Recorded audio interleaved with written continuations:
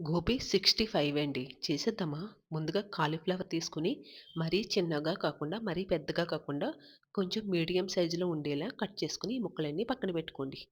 ఒక పెద్ద గిన్నెలోకి వాటర్ వేసుకొని, స్టవ్ మీద పెట్టి మరిగించాలండి.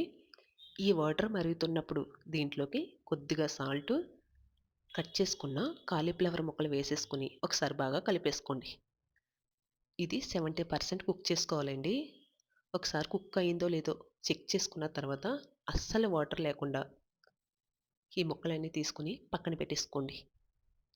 ఇప్పుడు ఒక గిన్నెలోకి అరకప్పు మైదా పిండి, 3 స్పూన్ల కార్న్‌ఫ్లవరు, 1 స్పూను శనగపిండి, 1 స్పూను కారం, తగినంత సాల్టు, పసుపు, అర స్పూను మిరియాల పొడి, అర స్పూను అల్లం వెల్లుల్లి పేస్టు, 1 స్పూను ధనియాలు, జీలకర్ర పొడి, అర స్పూను గరం మసాలా, కొద్దిగా ఫుడ్ కలర్ వేసుకొని ఒకసారి బాగా కలిపేసుకోండి.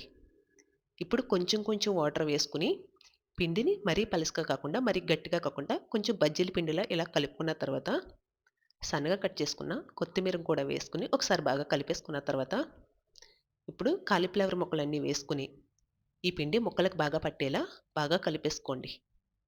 డీప్ ఫ్రైకి సరిపడా స్టవ్ మీద ఆయిల్ పెట్టుకొని ఈ ఆయిల్ బాగా కాగి ఉండాలండి.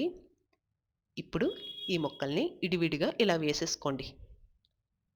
వేసిన వెంటనే కదపకుండా ఒక 2 నిమిషాలు అలా వదిలేసి ఒకసారి బాగా కలుపుకొని ఫ్రై అయిపోయిన తర్వాత తీసుకొని పక్కన పెట్టేసుకుంటమేనండి. ఇప్పుడు ఇదే ఆయిల్‌లోకి సన్నగా కట్ చేసుకున్న పచ్చిమిర్చి, కరివేపాకు కూడా వేసుకొని ఫ్రై చేసుకొని తీసుకుంటమే. అంతే, టేస్టీగా సింపుల్‌గా తయారు చేసుకునే గోబీ 65 రెడీ. ఈ వీడియో నచ్చిందా? నచ్చితే కనుక లైక్ చేసి ఇట్లే మీ గోదావరి అమ్మాయి ఛానల్‌ని సబ్స్క్రైబ్